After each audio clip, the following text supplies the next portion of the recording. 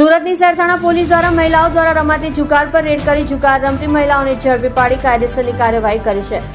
સુરતના શહેર થાણામાં આવેલ કરુણેશ હોમ્સમાં આવેલ ફ્લેટ નંબર B103 વાલપાટિયા પાસે જુગાર પર શહેર થાણા પોલીસે રેડ કરી હતી, જેમાં જુગાર રમતી મહિલાઓ કૃષ્ણાબેન દિલીપભાઈ ધીરુભાઈ બુહાની, નૈનાબેન રવજીભાઈ પોપટભાઈ ડોબરિયાની,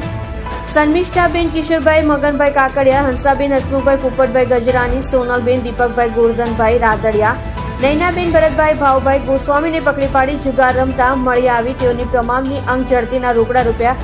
18,600